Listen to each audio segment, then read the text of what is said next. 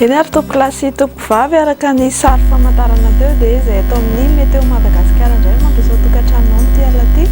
manolotra ny arahaba malefaka indray ny tsiokan'ny alizety Madagasikara amin'izao fotoana izao ary tsy maro toerana izany amin'ny faritra sasany somary mafimafy ny haavon'ny onjany amin'ny tapany atsimon'ny Madagasikara iny ka mila mitandrina ny mpampiasa ranomasina amin'izany faritra izany. Toy izao ary ny toetrandro no vinavinaina ao amin'ny rapitso fahadimy volana May 17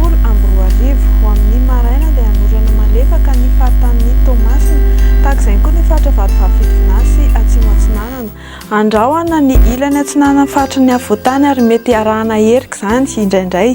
ifandimy kosa ny rahona sy masoandro ny amin'ny faritra sisa ho amin'ny rapitso tolakandro dia hipotra ny orana tandrivonana mety arahakotroka ny amin'ny tapany avaratry Madagasikara iny fa somary malefaka izany amin'ny tendrony avaratra sy ny amin'ny faritra anatiny ifandimy kosa ny rahona sy masoandro ny amin'ny faritra sisa tsy voatonona teo somary misy fiakara ny maripana no vinavinaina ao amin'ny rapitso tontolo andro indrindra ny aty amin'ny faritry ny avoatany ny faritany Antananarivo sy Fianarantsoa izao mandrina ny 12 hatramin'ny 10 degré celsius ny faritra Moritsiraka kosa dia mihoatra ny 20 degré celsius ihany koa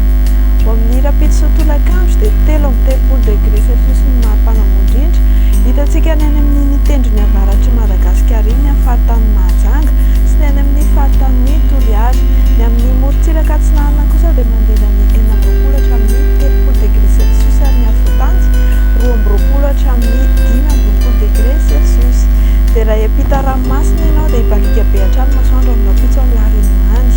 ifandimy kosa ny rahona sy masoandro faritra Johannesburg anorambaratra faritra Comore sy Bangkok anorana malefaka ny faritry Milan sy Nairobi ary Maurice fa anorana tandrivondrahona ny faritry Paris dia izay tompo lasy tompo vavy no azonareo antsika eo amin'ny ty alaty manome fotoananao